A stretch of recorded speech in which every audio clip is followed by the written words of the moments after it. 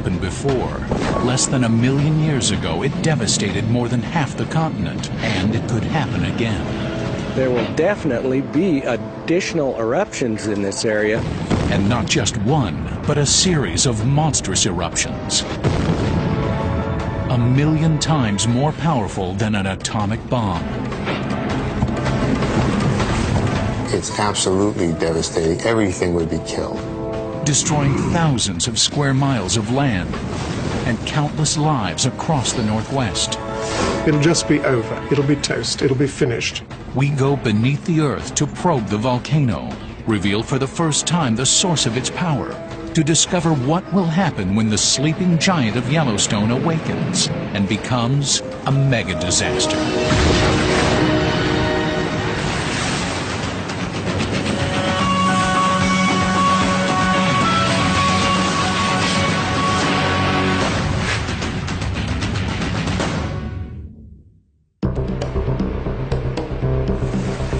The dance of geysers is one of nature's greatest spectacles. It's why millions of visitors each year come to America's oldest national park, Yellowstone.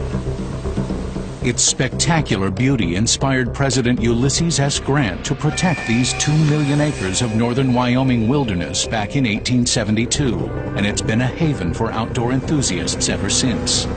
Its incredible hot springs, bubbling pools of mud, unearthly ponds, and the most celebrated natural feature, the Old Faithful Geyser, are some of nature's greatest wonders. But beneath this primal beauty simmers a hidden threat. 5 miles below the waterfalls and mountain peaks lies the heart of a supervolcano, a constantly moving cauldron of molten rock the size of Mount Everest.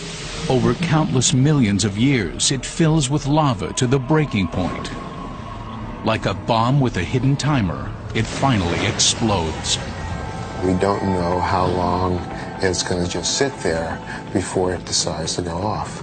If sometime in the future it were to erupt, as it has before, the Yellowstone volcano would overwhelm everything within 100 miles and disrupt lives across the globe for years. The first sign of trouble will be increasing seismic activity.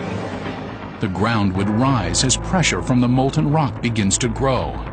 There would be a lot of ground deformation, and then if it was moving up slowly enough, we would actually start seeing large changes in the geyser basins. Finally, the lava would shatter the Earth's surface with an explosion 10 times larger than Mount St. Helens. A hurricane of hot gases would spread out in all directions as the ash cloud reaches 80,000 feet into the air. Already larger than anything man has experienced, this would be just the beginning of a Yellowstone super eruption. Within days, a second enormous eruption would begin, then another. Soon, a ring of monstrous explosions 50 miles wide would be spewing molten rock and burning gases across the landscape. Certainly within 100 miles of Yellowstone, there wouldn't be much that was not destroyed.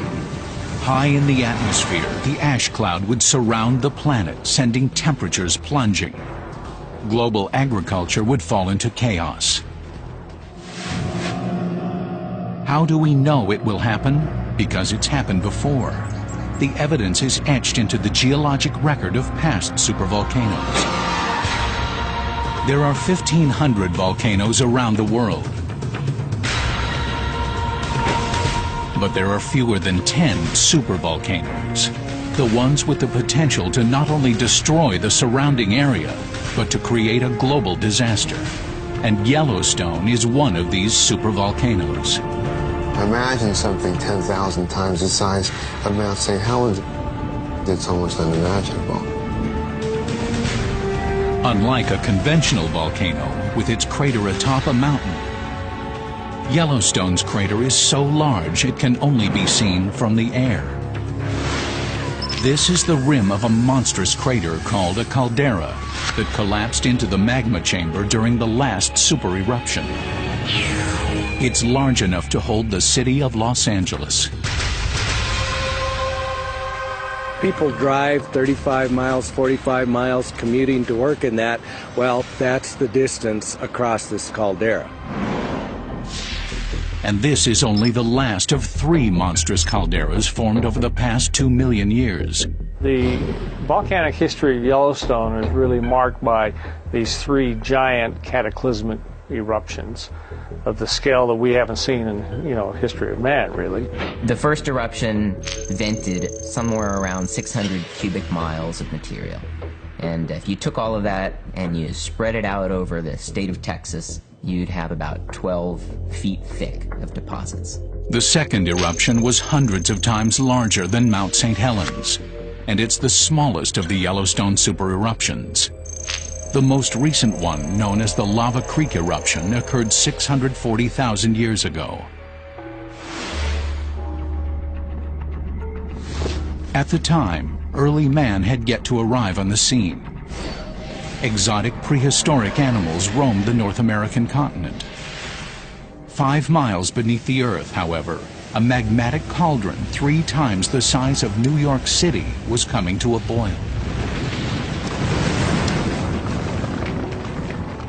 There would have been hundreds to thousands of earthquakes becoming fairly large, so there'd be a lot of shaking as the hot rock was moving up. 1 million tons of molten rock heated to 1,800 degrees Fahrenheit pressed its way to the surface. Jets of superheated water suddenly burst through the cracks in the Earth's surface, shooting into the air. Hundreds of geysers were erupting over 500 square miles. We get explosions out of the hydrothermal system that put holes in the ground as big as a mile across. So they're big events. But this was just the overture before the main event. After days of increasing earthquake and geyser activity, under mounting pressure from magma and superheated gases, Yellowstone's last supereruption began. Material may have started to leak out of one side, perhaps forming part of the edge of the fracture zone. As you start to decrease the pressure, it starts to then explode. With the power of a hydrogen bomb, a monstrous cloud of searing ash and melted rock shot into the stratosphere at supersonic speeds. The heavier debris fell back to the ground, turning into colossal pyroclastic flows. It was sort of like a hurricane made up of 800-degree ash and pumice and hot gases. Just wipes things out completely. For miles, these lethal rivers of ash and gas cooked animals alive and brushed forests aside like twigs. They extend actually outside of Yellowstone into Idaho and into the Teton region. Some of this material flowed down and actually covered parts of the floor of Jackson Hole. So these things extend tens of miles away from the actual eruption location. For days, the Yellowstone volcano continued to heave tons of molten debris into the air and devastated the nearby terrain. Then, across the caldera, another colossal explosion. Then another. Eruption after eruption began shooting more and more lava and pulverized rock into the air. Typically, when these eruptions begin, they begin at a single vent, and the event may then get larger, moving out along some sort of a fracture system. Yellowstone had turned into a super eruption. Its devastation would reach around the world.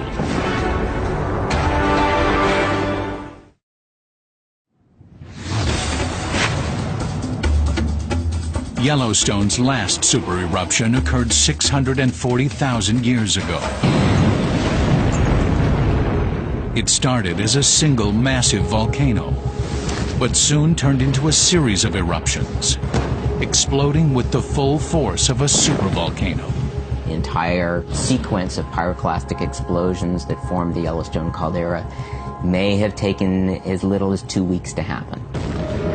Pyroclastic flows slashed across the landscape, obliterating thousands of square miles.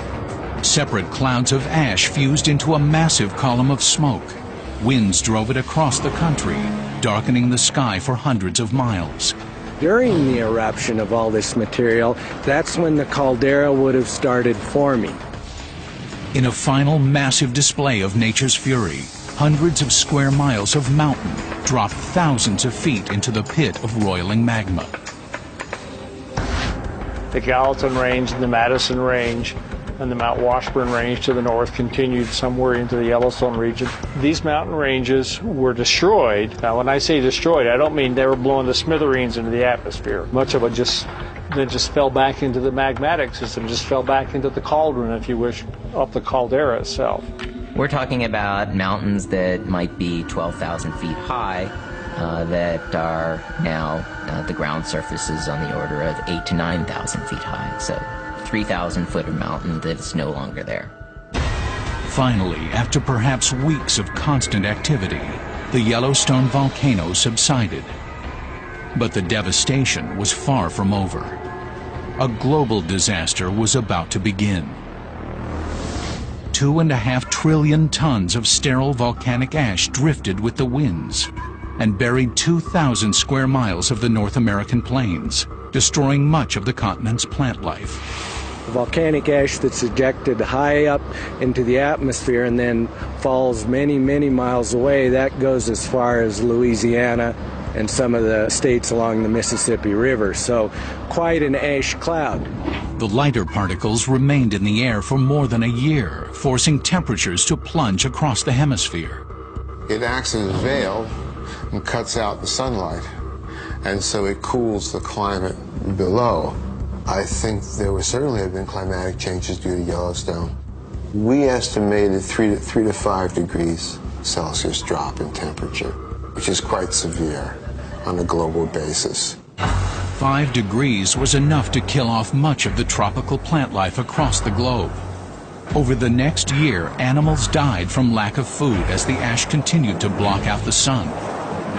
It took years for the planet to recover, for sunlight to reach the Earth's surface, for plants to push through the layers of ash, for animals to repopulate the continent. This Yellowstone eruption 640,000 years ago changed the face of North America. But that wasn't the only supereruption to ever strike the area.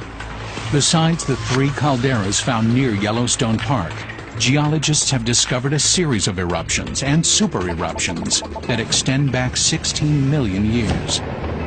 There have been a series of volcanic eruptions similar to those that occur at Yellowstone, and there are all sorts of calderas that are preserved in the Snake River Plain in Idaho and extending back into Nevada. To date, 15 calderas of more than 140 large eruptions have been mapped. They create a trail running northeast to southwest and are an indication of what geologists call a hotspot. A hotspot is a portion of the Earth's mantle that contains a massive pool of partly molten rock.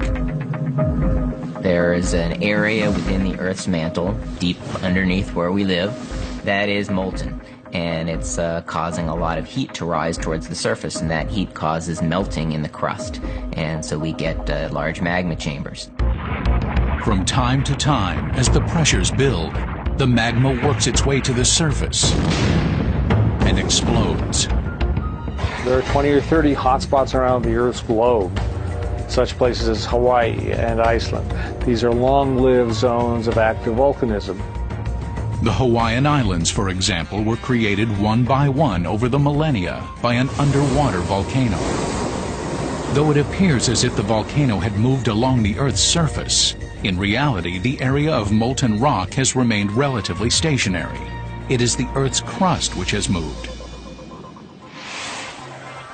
The same is true for the Yellowstone hotspot. Above its magma chamber, the North American plate is slowly sliding to the southwest, about an inch a year. With each new eruption, a caldera is formed and appears to be further to the north. We find calderas all the way back into northern Nevada, and it's possible that there have been as many as 50 eruptions just as big as some of the ones that have come out of Yellowstone. With a history of multiple cataclysmic eruptions, Yellowstone is becoming the most studied supervolcano in the world. And its hundreds of yearly earthquakes, thousands of geysers, and massive magma chamber make it one of the most geologically active regions. This thing is a breathing system, and it's a dynamic system. So I called it a living, breathing, shaking caldera.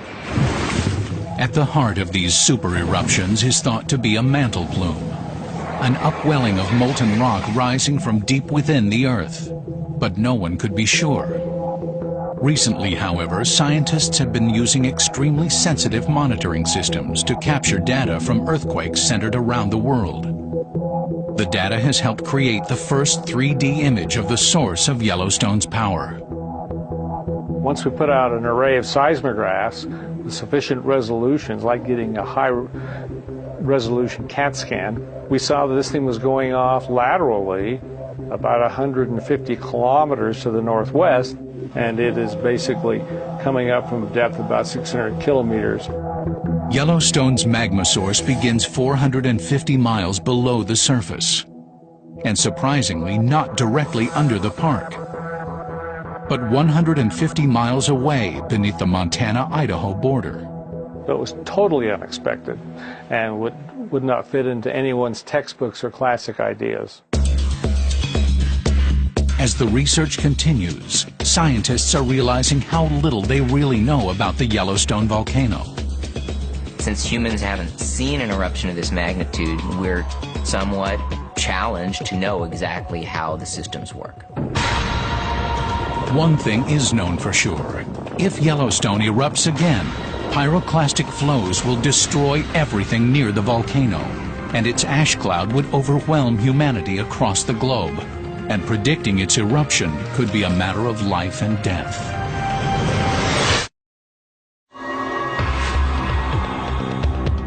Yellowstone. Its dreamlike natural beauty may sometime in the future turn into a nightmare. With little warning, the gigantic volcano could awaken and explode, putting the entire planet at risk. Unlike most disasters, such as tornadoes or hurricanes, which are short-lived and localized, a volcanic supereruption in Yellowstone would have global effects for years. Its impact would be on the scale of an asteroid, large enough to change the way we view our history. For a long time, Earth history was gradual changes, slow changes over long periods of time. And now we realize that every once in a while, boom, out of the sky comes something catastrophic. Most scientists believe an asteroid caused the disappearance of the dinosaurs 65 million years ago. But new discoveries suggest volcanoes can cause planet-wide devastation as well. One of the early volcanoes fueled by the Yellowstone hotspot left a gruesome graveyard 1,000 miles downwind. 12 million years ago, the wildlife in Nebraska was similar to what we have in Africa today. We have elephants, rhinoceroses, camels, horses related to zebras, all kinds of critters that aren't here anymore. Their bones, discovered in northern Nebraska, tell a distressing story of Yellowstone's impact. They were found buried under several feet of ash, volcanic debris linked to a supereruption.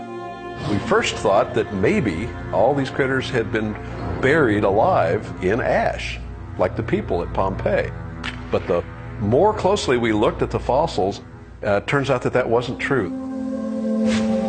Most of the fossil bones exhibited evidence of a strange illness, a clue to why so many animals died. It has the extra growth of bone on the leg bones and on the jaws. The unusual bone growth is a signature symptom of Marie's disease, a rare lung condition resulting from breathing large amounts of dust or ash. Well, this is a jawbone of a camel from the ash bed. This shiny bone here is healthy. It's normal fossilized bone. And you can see where the healthy bone stops and this new growth begins. You can see the color changes and the texture changes. It looks like a sponge. And this is the diagnostic feature of HPOD, or Marie's disease. Voorhees believes that ash from the Yellowstone hotspot caused Marie's disease in these animals.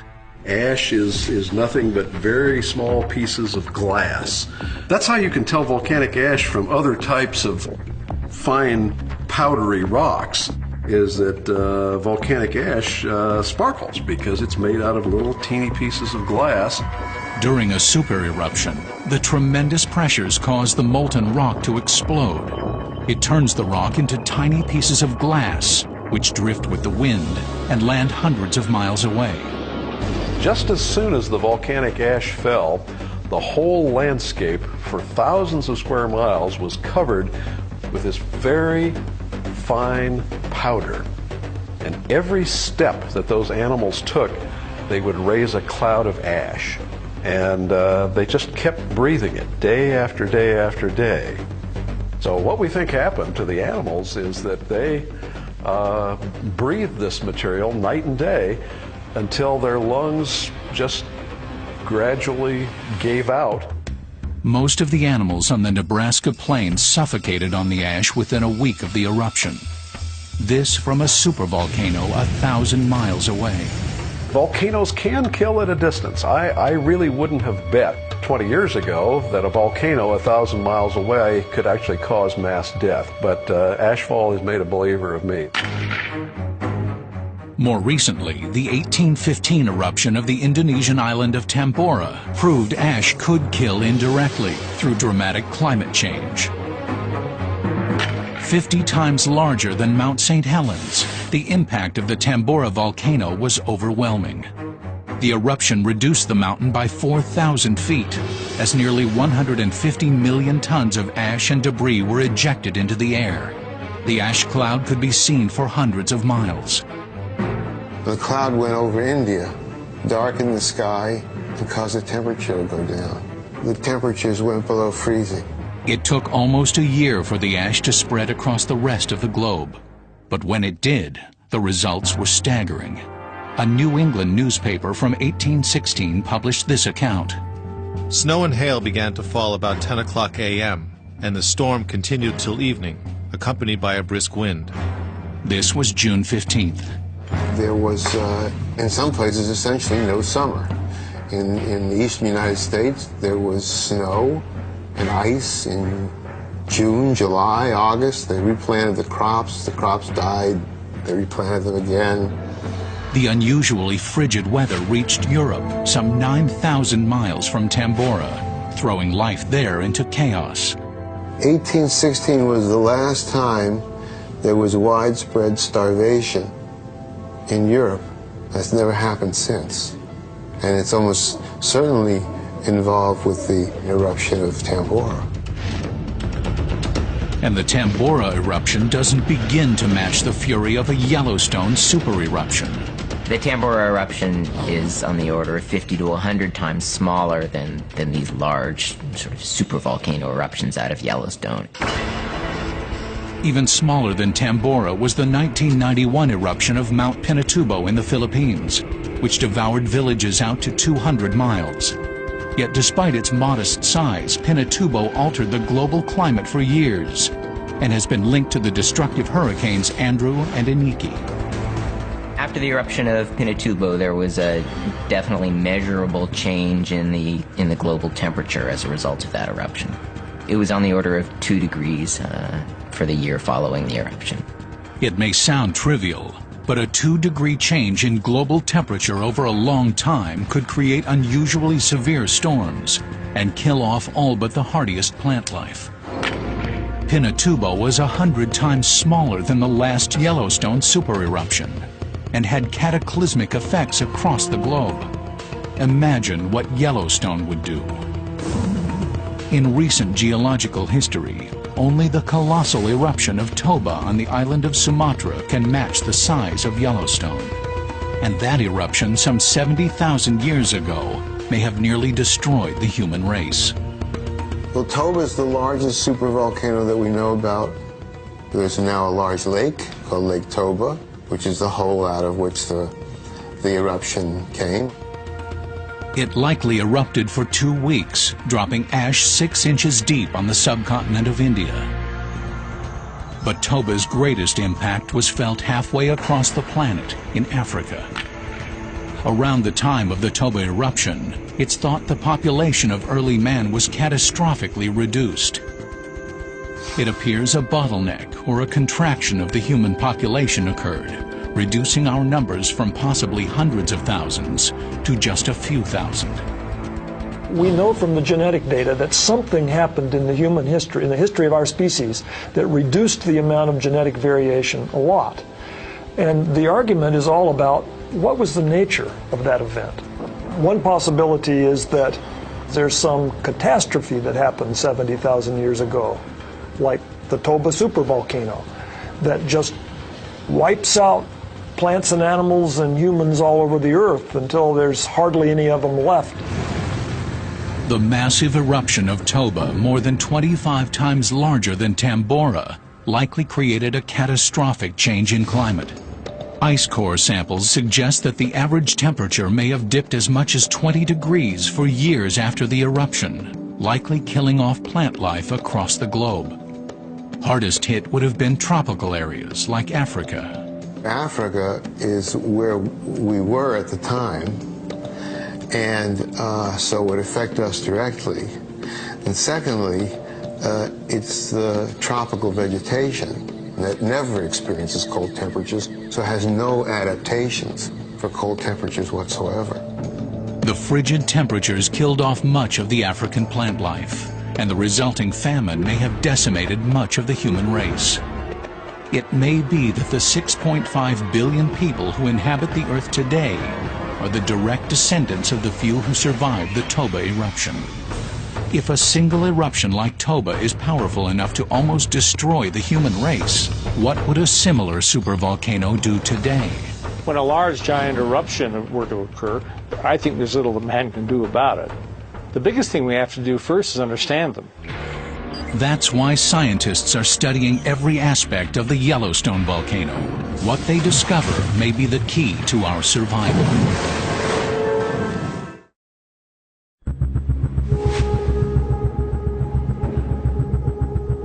For most of us, Yellowstone National Park is one of our greatest natural treasures. But what lies just below the surface could destroy it all. The sense and scale of the catastrophic eruptions for Yellowstone is very hard to grasp. 640,000 years ago, a supervolcano in Yellowstone devastated the region. Today, scientists monitor the ground movement in Yellowstone to determine if and when another super eruption might occur. We don't know exactly what happens before a super eruption takes place and how much time one has before the eruption actually goes off. The rise and fall of the ground, for example, could indicate the movement of magma below, a possible danger sign. These movements cover very short distances over long periods of time. So scientists have placed throughout the park 12 global positioning satellite monitoring stations that can detect ground movements within a quarter of an inch. Geologists have also gained a bird's eye view of the situation. We use satellites in this case to take pictures of the ground as it's moving over time. And so we can compare two different passes of the satellite that are perhaps a year apart and make a map of how much different spots on the ground have moved. With these tools, geologists have been able to document changes in the caldera. Its constant rising and falling over time. According to recent satellite data, much of the caldera is being lifted up. What we've seen has been uplifting now at rates of 6 to 8 centimeters per year. Those are very high rates. The most dramatic uplift is just north of Yellowstone Lake, in the area geologists call a resurgent dome. And we have within this caldera these orange areas here. These are resurgent domes. These are areas that are uplifted while the caldera was collapsing and subsiding. Geologists believe that these two areas were lifted up by the magma chamber as the caldera was formed. It's thought that some magma is still inside these domes, holding up these areas. But they couldn't be sure until now. We've seen this model of the Yellowstone magma plume, the tube through which molten rock from the Earth's core reaches the magma chamber sitting on top of the plume. Using similar data, geologists have created this 3D illustration of the magma chamber as it sits below the Yellowstone caldera. This is a three-dimensional image like a CAT scan or an X-ray of the Earth. is giving us an image of what we think is the magma system that drives Yellowstone. This U-shaped chamber is thought to contain more than 300 cubic miles of partially molten rock, 100 times larger than Pinatubo's magma chamber, and is just 5 miles below the surface. More importantly, the area of the most dramatic uplift spotted by the satellites is directly above a peak of the chamber. This suggests the magma chamber is expanding, pushing up against the Earth's surface at this peak. The other area of striking ground deformation is near the Norris Geyser Basin, the hottest and most unstable thermal basin in the park. Norris Geyser Basin is one of the most dynamic of the hydrothermal areas at Yellowstone. It's always changing. We're always noticing new things that are happening. Just a few years ago, satellite images showed Yellowstone's greatest rise in this area. Recently, however, it's reversed its direction and is now subsiding. It's not actually within the Yellowstone caldera, yet it's one of the highest temperature thermal areas in the park. And it is possible that there is some magma extending to the north beneath that region. The source of the basin's volatility could be magma, or another key component to volcanic activity, earthquakes. The earthquakes are essentially the heartbeat of the system. They are an integral part of the active, if you wish, mountain building and volcanism of Yellowstone. Like smoke and fire, volcanoes and earthquakes go hand in hand. The pressure from the magma, which can explode into a volcano, also forces the ground to shift, causing earthquakes. They can be the telltale signs of an impending eruption. The two main precursors to a volcanic eruption, seismicity and ground deformation, are very carefully monitored in Yellowstone. In this computer model, each red dot represents an earthquake. Typically, hundreds of earthquakes are detected across the park each year. In recent years, the greatest earthquake activity has been centered under two areas of the park. So you can see we have earthquakes that are concentrated on the north side of Yellowstone coming down through the park and then out extending on the east side of the Teton Fault right here. What concerns geologists is when a center of earthquake activity overlaps an area of shifting terrain. At the Norris Geyser Basin, that seems to be what's happening. There are dozens of fault lines at this spot.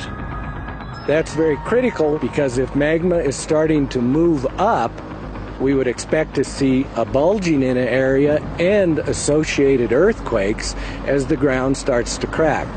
The fear is faults that make up the earthquake zone could crack under pressure from the magma below, releasing an eruption. Geologists are also watching the park's geysers, hot springs, and mud pots, looking for drastic changes in temperatures and chemical content. Anything that might indicate a major movement of magma. At the moment, geologists do not believe an eruption is imminent. But if the water temperatures were to rise, the ground begin to swell, or there were an increase in earthquake activity, another Yellowstone eruption could be building. I think that we are smart enough as geoscientists now that we would probably have weeks to perhaps months of indicators before anything like that would occur. However, predicting the precise timing of an eruption is far from simple. Scientists have been fooled in the past. We've seen it in Yellowstone. There's bulging, there's vibrations, there's increased seismicity. There's all the things one would expect and go, oh, uh-oh, we're in trouble. And then, nothing. Therein lies the problem. All we can do is monitor the volcano, but it may not be enough to predict a possible eruption. Mount St. Helens was the most scrutinized volcano in history, and it exploded before the area could be cleared, killing 56 people. At Yellowstone, despite its remote location, a giant eruption could put thousands of lives at risk. Remember, we have, maybe 100,000 people per night staying in the Yellowstone Teton system in the summer. This is equivalent to a community of a modern U.S. city that are compacted into this zone of potential eruption, so the exposure is rather high. At Yellowstone, we may be on the edge of a precipice, and the question is not if it will erupt, But how and when? Nothing you can do about a volcano. If it's going to go off, it's going to go off. And the effects on civilization are going to be drastic. We may not be able to prevent an eruption, but when the molten rock begins to move up toward the surface, will all the scientific data warn us in time? Now, using historical records, scientific models, and the latest in computer technology, you will witness the devastation that follows when the giant volcano of Yellowstone erupts.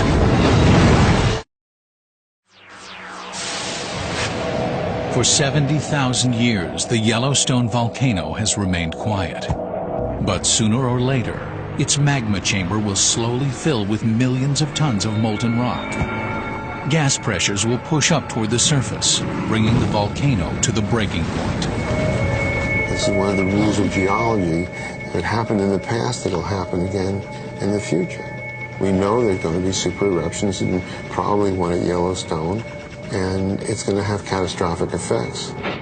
Now, using computer models and the latest scientific information, you will experience what would happen if the largest volcano in North America were to erupt. When that eruption occurs, there is no doubt whatsoever that parts of the northwest of the United States will be completely and comprehensively devastated.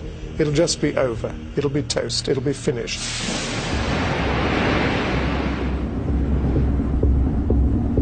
The first indications of a Yellowstone eruption will be rumblings heard underfoot as dozens of small earthquakes begin. The ground begins to rise from the pressure of the expanding hot waters, gases, and surging magma. The temblors grow in strength, spreading across the entire rim of the caldera. All the tourists have to be cleared from the park. Officials send out warnings to towns within a 100-mile radius, the danger zone of a Yellowstone super-eruption. The cities of Bozeman, Montana and Cody, Wyoming prepare for the worst. Throughout the park, new cracks in the ground release huge geysers, spouting superheated water hundreds of feet into the air. The earthquake shaking itself will create fractures and cracks, allowing more material to come out. The last of the tourists and park personnel must rush to leave the park, trying to reach a safe distance some 100 miles away before the caldera lets go. They may not have enough time. Lava first appears, oozing out of cracks in the surface. Then, steam and ash explode hundreds of feet into the air. But instead of this relieving the pressure, it pushes the volcano over the edge. The magma contains a lot of gas, and if you're able to depressurize the system rapidly, then the magma will lose its gas explosively and you can have a very, very large eruption. From 5 miles below the surface, molten rock heated to 1,200 degrees bursts into the air. It begins to erupt, and you see these flows coming out sideways, and there's nowhere to go. Like a hurricane of ash, pyroclastic flows rip along the ground at 100 miles per hour.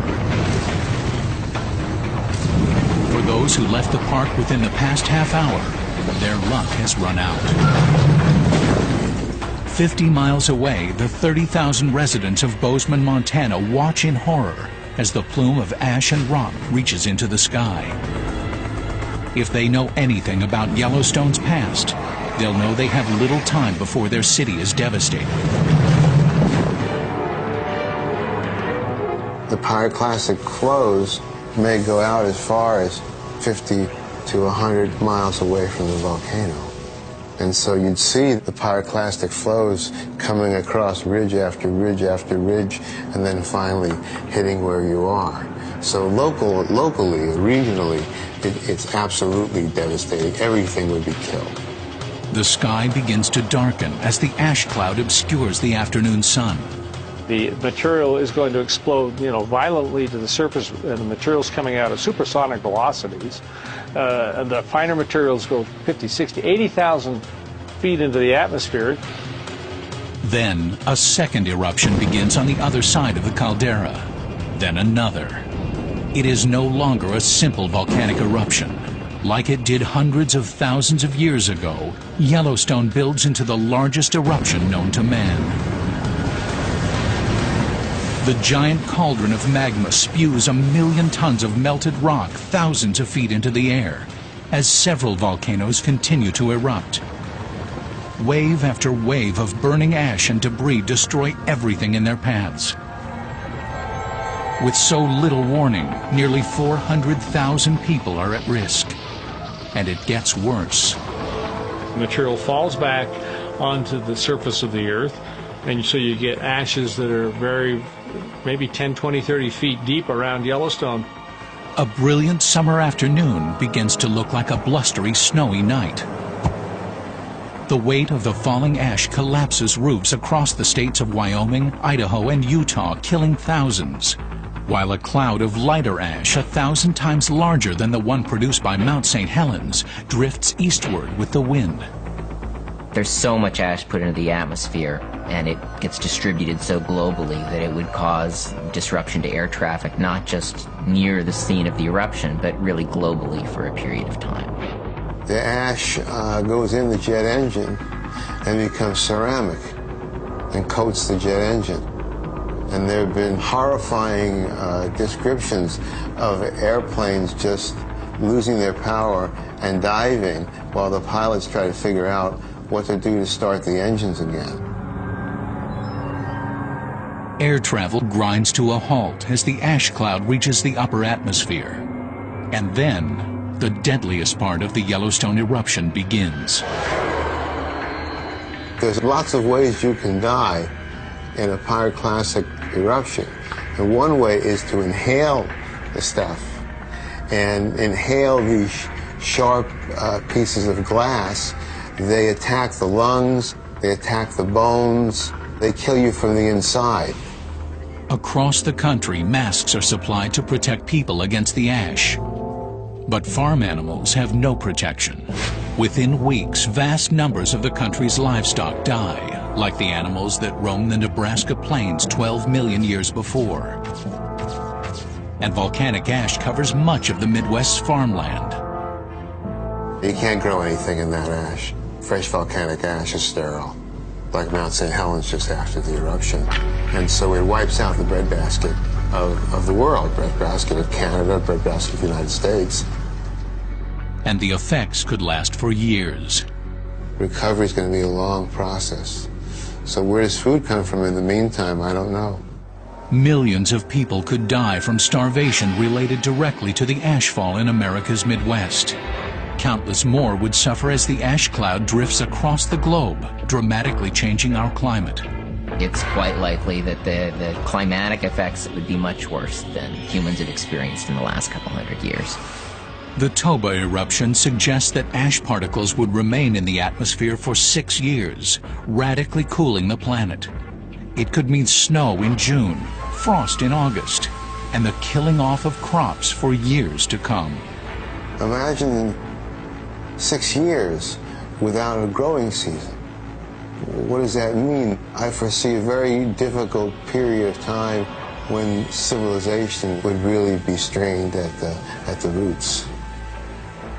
This would be the most severe condition that human beings have ever met.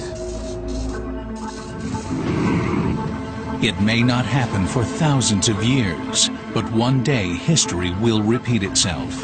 The slumber of the Yellowstone caldera will end, and the planet will face potential catastrophe. Hopefully by then we'll be prepared. But if not, it could be one of nature's greatest mega disasters.